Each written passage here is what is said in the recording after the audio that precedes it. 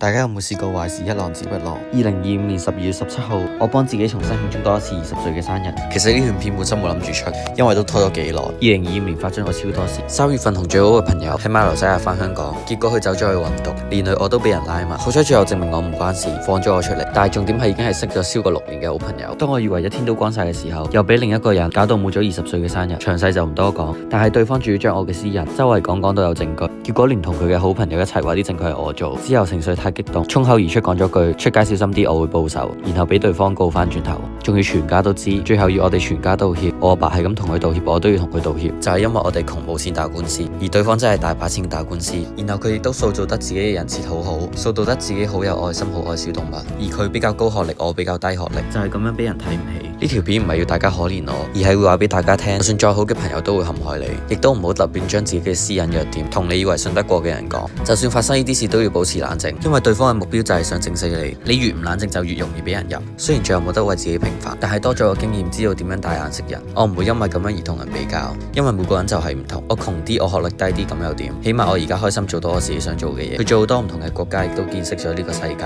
而佢哋一定會有報應，只不過可能我哋睇唔到，所以大家都要加油。